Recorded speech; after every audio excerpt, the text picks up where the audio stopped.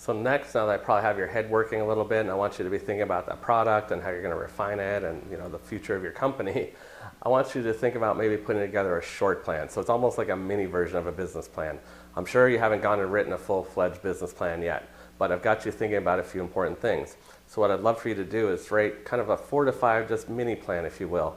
And essentially what you're going to do is touch on the key topics. So you're going to write out things like who is the management team, or who will they be? What positions are you going to fill? What is your product? What market needs does it address? So what is the problem out there in the market, and what is your solution? Who are you? What's your background? Where'd you come from? What are your revenue projections? So you're going to have done a little bit of projecting on the revenue side. And what are your investment needs? How much money do you need? So at the end of the day, and a little bit about your company and who you are and where you're located, those types of things. At the end of the day, then you'll have this short 4 to 5 page mini business plan, and you can actually use that to start sort of soliciting investors while you work on the other bigger things. The investment process definitely takes a long time, so the sooner you can get up and start it looking for investment funds, assuming you need them, the better. So I encourage you to put together this kind of 4 to 5 page sort of mini plan. Almost an executive summary, but on steroids. An executive summary would typically just be 1, maybe 2 pages. So this is more of a 4 or 5 page plan I'm thinking of.